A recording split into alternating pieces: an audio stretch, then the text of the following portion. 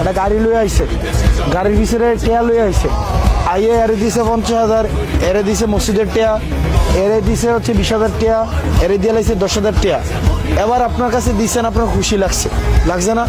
আও কিও আইয়ে যে টেয়া দিয়ে লাইছে, আইয়ে মসজিদের সাত ডালাই টেয়াটা দিয়ে লাইছে, আইয়ে হচ্ছে ইয়া করে লাইছে। এটা তো কি মানে একটা কত সুন্দর একটা ব্যাপার, ভালো লাগছে না বিষয়টা? কোন হাতে টেয়াটা কি ফ্রি ফ্রি দিছে?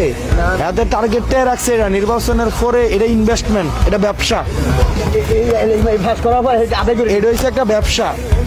এই ব্যবসায় আমি কি করলাম, আমি হচ্ছে ফুজি খাটাইলাম, এই ফুজি খাটানোর পরে আমি কি করব, আমি আস্তে আস্তে আদায় করব। এবার আসেন, একটা এমপি হওয়ার পরে শুধুমাত্র যে রাস্তার থেকে খায় ব্যাপারটা এমন না, এদের আরো অনেকগুলো সুবিধা পায়।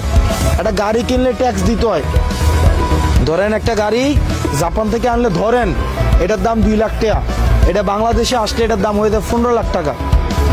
একটা এমপি এই গাড়িটারে ট্যাক্স ছাড়াই 2 লাখ টাকা দিয়ে আনতে পারে।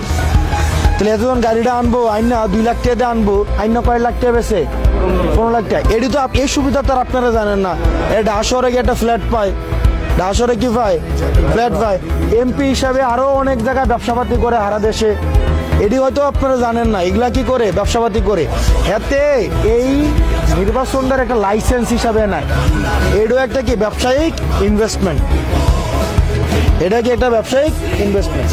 এখন যে 10 লাখ টাকা কোনো জায়গায় খরচ করব, এই জায়গা থেকে আপনি 12 লাখ টাকা তুলবো। 10 লাখ টাকা খরচ করলে 12 লাখ টাকা তুলবো। যারা 10 লাখ টাকা খরচ করে দেখেন, এই নিজের টাকা না কিন্তু, এ ব্যাংক থেকে লোন নেয়,